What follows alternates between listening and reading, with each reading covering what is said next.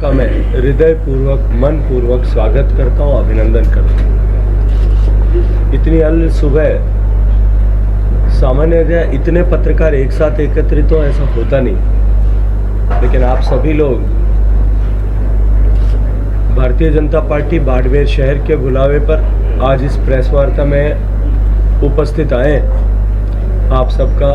हृदय पूर्वक आभार करता हूँ। अपनी बात कहूँ उससे पहले जिले में मैंने यात्रा के साथ प्रवेश किया था, तब से लेकर के अब तक मीडिया के सभी वर्टिकल्स पर, इलेक्ट्रॉनिक मीडिया में, प्रिंट मीडिया में, वेब मीडिया पोर्टल्स पर और सोशल मीडिया प्लेटफॉर्म्स पर जिस तरह से आप सबने जनता के आक्रोश को प्रकट करने का और पारदर्शिता के साथ में जन भावनाओं को पहुंचाने का काम किया है, उसके लिए भी मैं आप सबका हृदयपूर्वक धन्यवाद करते हुए अभिनंदन करना चाहता हूं। मित्रों, 2018 में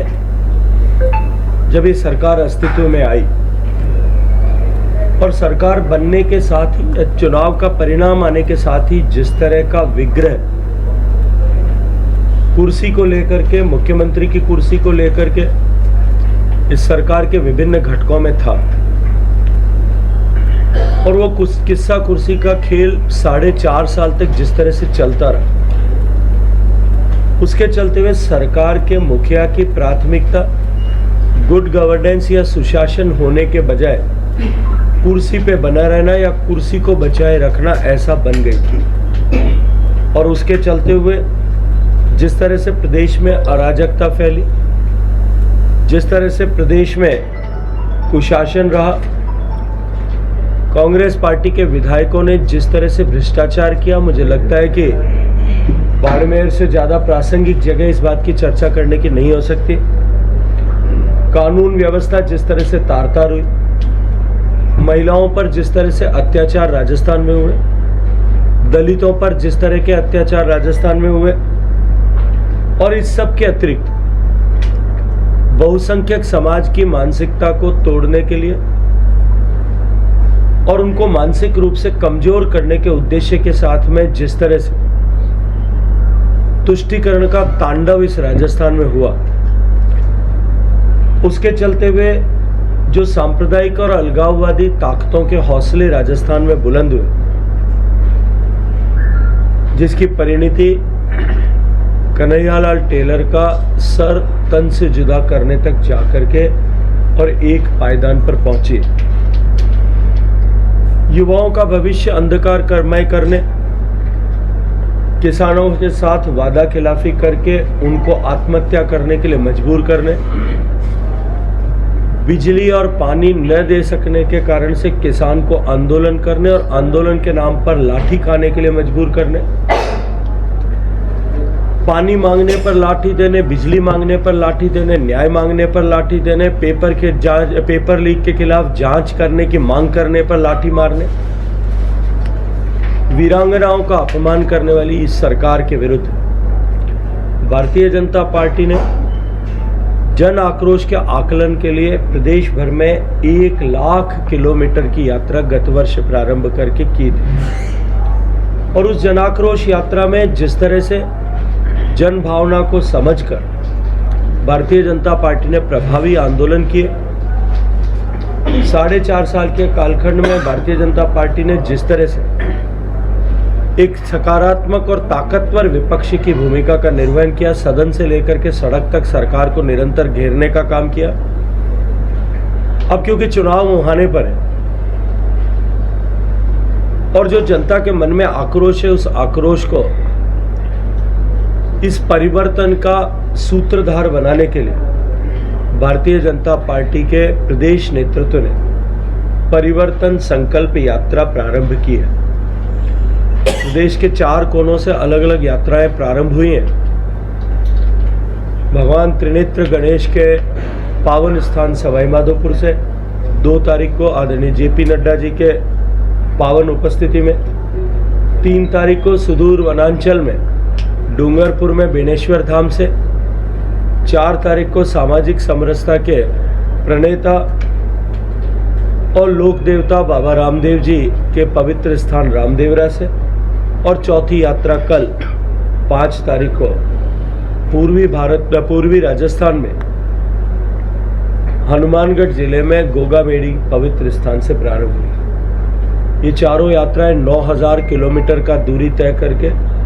राजस्थान के सभी 200 विधानसभाओं में जाएगी। जो परसों यात्रा प्रारंभ हुई थी वो रामदेवरा से रात में जैसलमेर में एक विशाल सभा के साथ में पहले दिन का समापन हुआ।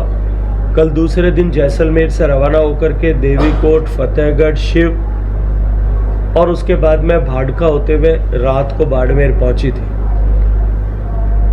आप में से बहुत सारे लोगों ने साक्षी भाव से उसे देखा है। किस तरह का प्रचंड जन समर्थन जो है इन यात्राओं को मिल रहा है। सभी 50 विधानसभाओं में ये यात्रा तीसरी यात्रा जाएगी और प्रदेश के सभी 200 विधानसभाओं में जाकर के परिवर्तन के संकल्प को सिद्ध करने के लिए, जनता को परिवर्तन के संकल्प के साथ जोड़ने के लिए हम आगामी 21 तारीख तक इन यात्राओं का संचालन करेंगे। और उसके बाद 25 तारीख को दीनदयाल जी के जन्मस्थल धानक्या जयपुर में माननीय प्रधानमंत्री जी की पावन उपस्थिति में लाखों लोगों का एक सम्मेलन प्रस्तावित है, जिसमें इन चारों यात्राओं का औपचारिक समावेश या समारोह होगा। मित्रों, जिस तरह से जैसा मैंने कहा कि राजस्थान में जिस तरह के हालात पिछले 4.5 साल में बने, जो बाड़मेर के वर्तमान विधायक हैं, सरपंच के कालखंड में जब कहीं भी जहां कहीं भी रहे उन्होंने कीर्तिमान बनाए। जब बालेबा के सरपंच थे 80 के दशक में, शायद 86-87 का समय था, और मैं उस समय कॉलेज में पढ़ता था। उस समय का टांका प्रकरण तो मुझे आज भी याद। कितने कारकुन, कितने कर्मचारी उस समय जेल गए थे, उनके सूत्रधार कौन थे, ये प्रत्यक्ष प्रश्न आज भी खड़ा है। नगर पालिका का चेयरमैन रहते हुए उन्होंने जिस तरह के कीर्तिमान बनाए थे, उनकी जांच राजनीतिक कारणों से लंबित पड़ी है, वरना उनकी जांच और उन घोटाले भी आप सब लोगों से अपरिचित नहीं है। जिस तरह से 2008 के बाद में विधायक रहते हुए यहाँ जमीनों को खुर्द-बुर्द करने के काम हुए, और पिछले 5 साल में तो जिस तरह से सरकार के सरकारी जमीनों को लूट करके अपने परिवार के नाम करने का खुला खेल और नंगा नाच जो बाड़मेर में हुआ, वो आप सबसे छुपा हुआ नहीं। चाहे महावीर नगर की प्लॉट नंबर J1 J3 हो, चाहे रिको की जमीन का विषय हो, चाहे सरकार की जमीन को बेच करके प्लॉट जमीन जो सरकारी कार्यालयों के लिए आरक्षित थी, सटापाट की हुई थी, उस जमीन को बेचने का विषय हो, चाहे मुख्यमंत्री जल स्वावलंबन अभियान में जिस नाडी पर काम हुआ था, उन नाडियों की जमीनों को पट्टे दे करके काट करके, जो सुप्रीम कोर्ट का बैन है कि ऐसा नहीं कर सकते, इस तरह का विषय हो, चाहे शमशान के लिए नामित जमीन हो, और चाहे अन्य सरकारी जमीन हो। न शमशान को छोड़ा, न पानी के स्थान को छोड़ा, न सरकार की जमीन को छोड़ा, न वन विभाग की को छोड़ा, न सेना की जमीन को छोड़ा। ये जो भूख यहाँ जो है जमीन को हड़पने और पैसा कमाने की भूख ने जिस तरह से बाड़मेर का नुकसान किया है, उसके चलते हुए बाड़मेर में जिस तरह के हालात बने, और उस विधायक के खिलाफ हर उठने वाली आवाज को जिस क्रूरता के साथ में दबाया गया, आप ही के साथी सबल सिंह के साथ में जिस तरह का व्यवहार हुआ था, मुझे लगता है कि आप लोगों से छुपा हुआ नहीं। चीख करके सबल सिंह कह रहा था कि मेरे ऊपर विधायक ने हमला करवाया। जो है नगर पालिका में अगर कोई कर्मचारी इनके इस भ्रष्टाचार के खुले खेल में सम्मिलित होने से इनकार कर दे, तो उसके साथ में किस तरह से की घटना हुई, ये भी आप लोगों से छुपी भी नहीं है। मित्रों, जिस तरह से यहाँ अपराध बाड़मेर जिले में और बाड़मेर में जो है ने पांव पसारे, मैं याद दिला दूं आप लोगों को कि बायतू में जो बायतू के माननीय प्रधान है, उनके पुत्र ने जिस तरह से हमला किया, और उनकी अभी पुलिस उनको ढूंढ रही है। क्यों करके पुलिस उनको ढूंढ नहीं पा रही? पुलिस आज अपनी सुरक्षा करने में और अपने ऊपर हमला करने वालों को भी ढूंढ करके उनके खिलाफ कार्रवाई करने में असमर्थ है। इसी के साथ साथ में मैं जब आ रहा था तब रास्ते में फतेहगढ़ में रुका तो वहां किसान उद्वेलित थे, शिव में रुका तो वहां 3 दिन से किसान धरने पर बैठे थे, और अपनी फसल की बर्बादी को देख करके जो किसान खून के आंसू रोते हुए वहां एकत्रित होकर के बिजली जो सरकार ने वादा किया 6 घंटे देने की, उसकी मांग कर रहा था, तो उस पर लाठीचार्ज के लाठियों के प्रहार के निशान मुझे दिखाए गए। मुझे वीडियो दिखाए गए कि किस तरह से पुलिस जो है जो एक जो फिल्मों के जिस तरह से दिखाते हैं उस तरह से लोगों को डराने के लिए बंदूकों को लोड करती हुई और पिस्तौलों को दिखा के किसानों को डराती हुई दिखाई दे रही थी। ये जो भयावह परिस्थिति बाड़मेर में और सर्वदूर राजस्थान में बनी, एक तरफ किसान परेशान है, बेहाल है और खून के घूंट पीने के लिए मजबूर है, दूसरी तरफ जिस तरह से फसल बीमा योजना में कोऑपरेटिव में घोटाला हो रहा है उसके कारण से उसे आशा की कोई भी किरण दिखाई नहीं देती। तो इस तरह से पूरी तरह से अराजकता का माहौल राजस्थान में जो बना है, जिस तरह से राजस्थान में महिला, दलित, युवा सभी लोगों अपना भविष्य अंधकार में देखते हैं, इस अंधेरे से उजाले की ओर ले जाने के लिए भारतीय जनता पार्टी ने ये परिवर्तन संकल्प यात्रा प्रारंभ की है। और मैं विश्वास के साथ में कह सकता हूँ, क्योंकि मैं पहली यात्रा के श्री गणेश के समय में पहले दिन सवाई माधोपुर में था, दूसरे दिन बेणेश्वर धाम से लेकर के जो यात्रा प्रारंभ हुई उसके साथ मैंने प्रवास किया, और पिछले 2 दिन से रामदेवरा से लेकर के आप बाड़मेर तक आपके साथ में आने तक मैंने प्रवास किया है। मेरा जो अनुभव है उसके आधार पर मैं ये कह सकता हूँ कि भारतीय जनता पार्टी की इस संकल्प यात्रा को जिस तरह का समर्थन मिल रहा है, आपने देखा बाड़मेर शहर में किस तरह से स्वागत हो, हजारों की संख्या में लोगों ने एकत्रित होकर के चौराहों पर, चौक पर खड़े होकर के स्वागत किया और स्वतः स्फूर्त स्व प्रेरणा से लोग आकर के जुट रहे। जहां कोई प्रवास का में किसी तरह का कार्यक्रम न होने के बावजूद भी गांव-गांव में जिस तरह का समर्थन मिल रहा है, आपके कुछ साथी कल हमारे साथ यात्रा में थे, उन्होंने देखा होगा। मैं विश्वास के साथ में कह सकता हूँ कि अब की बार इस यात्रा के बाद में जिस तरह का मोमेंटम बनेगा, अब की बार राजस्थान में ऐतिहासिक परिणाम आएगा। और 2013 का जो कीर्तिमान था कि हम 163 सीटों के बहुमत के साथ जनता ने हमें सरकार में आने का आशीर्वाद दिया था, अब की बार हम अपना ही रिकॉर्ड तोड़ करके उससे भी प्रचंड बहुमत के साथ में सरकार बनाएंगे। आप सबका बहुत सारा धन्यवाद। सर, इस बार जो पार्टी क्या जयपुर में माननीय प्रधानमंत्री जी की पावन उपस्थिति में लाखों लोगों का एक सम्मेलन प्रस्तावित है, जिसमें इन चारों यात्राओं का औपचारिक समावेश या समारोह होगा। मित्रों, जिस तरह से जैसा मैंने कहा कि राजस्थान में जिस तरह के हालात पिछले 4.5 साल में बने, भय, भूख और भ्रष्टाचार की राजनीति जिस तरह से राजस्थान में की गई, एक तरफ सरकार के मुखिया और सरकार का ध्यान प्रशासन पर न होने के चलते हुए और सरकार की लाचारी के चलते हुए सरकार के कारकुन और विधायकों के संरक्षण में जिस तरह से माफिया राज पनपा, राजस्थान जो शांति और सौहार्द का प्रदेश था, वहां कितनी तरह के माफिया राजस्थान में पनपे। जमीन माफिया, डीजल माफिया, खनन माफिया, शराब माफिया, अफीम तस्करी का माफिया, बजरी का माफिया, मंदिरों की संपत्तियों को हड़पने का माफिया,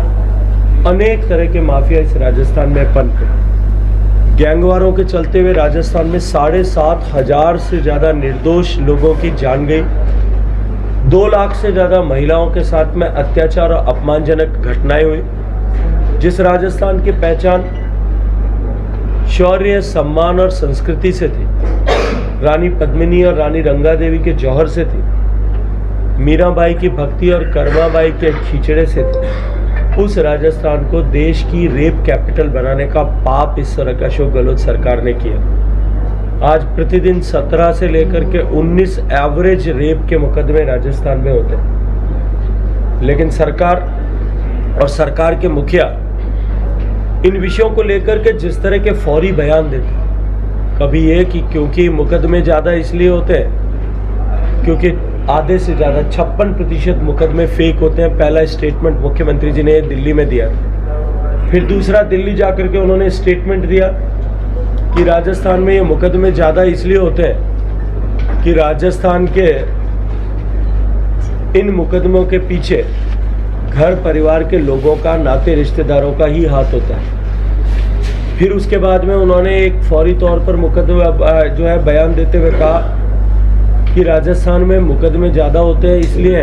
कि हम ज़्यादा मुकदमे रजिस्टर करते हैं। और बाद में उनके मंत्रियों ने जिस तरह के बयान दिए, जिस तरह की अनर्गल टिप्पणियां की, राजस्थान की संस्कृति को, राजस्थान के शौर्य का अपमान करते हुए कहा कि राजस्थान मर्दों का प्रदेश है, इसलिए यहाँ ज़्यादा रेप की घटनाएं होती। ठीक इसी तरह से दलितों पर जिस तरह का अत्याचार राजस्थान में पिछले 4.25 साल में हुआ, अभी हाल ही में कुचामन में जिस तरह की घटना हुई, 2 गैंगों ने आपस में गैंग वॉर में 2 निर्दोष लोगों को कुचल करके टुकड़े टुकड़े करने का काम किया। 9 दिन तक परिजन जो है लाश को लेकर के बैठे थे, लेकिन सरकार की तरफ से कोई संवेदनशीलता नहीं दिखाई। ये मैंने कुछ घटनाओं की चर्चा आपके सामने की, किस तरह से अबोध बालिकाओं के साथ में दुराचार हुआ, दरिंदगी हुई, रेप, बलात्कार करने के बाद, गैंगरेप करने के बाद उनको तड़पा करके मारा गया और जिंदा कोयले की भट्टी में जला दिया गया।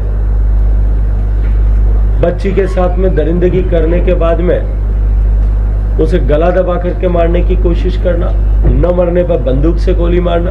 तेजाब डाल करके जलाना और उसके बाद में कुएं में फेंक देना,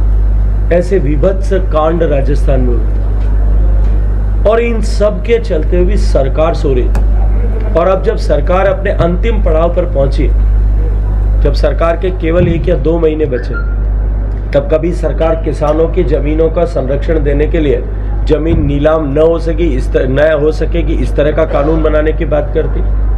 जब 20,000 किसानों की जमीन नीलाम हो चुकी और वो भी सरकार के वादा खिलाफी के चलते हुए 2,000 किसानों को आत्महत्या करने को मजबूर होना पड़ा। 17 पेपर लीक होने के बाद में 4.5 साल बीत जाने के बाद में सरकार कहती है कि अब हम कठोर कानून बनाएंगे। इतनी सारी गैंगरेप और बलात्कार की घटनाएं होने के बाद में सरकार कहती है कि हम उसके ऊपर कठोर कानून बनाएंगे। जब पहले यही मुख्यमंत्री टिप्पणी कर रहे थे कि रेप के बाद में मर्डर की घटनाएं इसलिए होती है क्योंकि निर्भया केस के बाद में पॉक्सो का कानून बन गया। और मैं ये गहलोत साहब का आधिकारिक स्टेटमेंट आप सबके सामने उल्लेखित कर रहा हूं। सरकार का जब अंतिम समय चल और 3 बार मुख्यमंत्री रहने के बाद में तीसरे कालखंड का अंतिम क्वार्टर चल रहा है, उस समय सरकार के मुखिया कहते हैं कि हम विजन 2030 के साथ में काम करेंगे। ऐसी हास्यास्पद परिस्थिति राजस्थान की बनाने के कारण से राजस्थान एक तरफ सरकार का गवर्नेंस पर ध्यान न होने के कारण से केंद्र सरकार की सारी योजनाओं के इम्प्लीमेंटेशन में पिछड़ गई। सबसे ज्यादा संसाधन उपलब्ध कराने और बजट देने के बावजूद भी जल जीवन मिशन में राजस्थान नीचे से तीसरे पायदान पर आज खड़ा। और अगर मैं बाड़मेर की चर्चा करूं तो स्थिति और भी भयावह है। 2445 गांव जो बाड़मेर में, उनमें से केवल अब तक 116 गांव ऐसे हैं जिनमें रिपोर्ट किया गया है कि हमने काम पूरा किया। 2024 तक काम पूरा करने के लक्ष्य को लेकर के हम चले थे, लेकिन अभी 2445 में से मात्र 116 गांव, और वो भी रिपोर्ट हुए। उनमें भी उन गांवों की अगर ठीक से पड़ताल जब मैंने कराई, सर्वे कराया, तो संज्ञान में आया नल है तो पाइप नहीं है, पाइप है तो टंकी नहीं है, टंकी है तो पाइप और नल नहीं। इस तरह की परिस्थिति करके सिर्फ आंकड़ों का मायाजाल बुनने का काम करें। 750 गांवों में अभी काम भी प्रारंभ नहीं हो पाया, वहाँ के टेंडर्स की प्रक्रिया भी अभी तक पूरी नहीं होती। ये जो दुर्भाग्यपूर्ण परिस्थिति, मैंने केवल एक जल जीवन मिशन का उल्लेख किया, सभी भारत सरकार की योजनाओं के इम्प्लीमेंटेशन में इसी तरह के हालात हैं। हर घर तक बिजली पहुंचाने के लक्ष्य को लेकर के जो सौभाग्य और दीनदयाल योजना प्रारंभ की गई थी, उसमें भी जिस तरह का घोटाला राजस्थान में हुआ, और राजस्थान की सरकार ने हजारों ढाणियां बाड़मेर में, जैसलमेर में, जोधपुर में और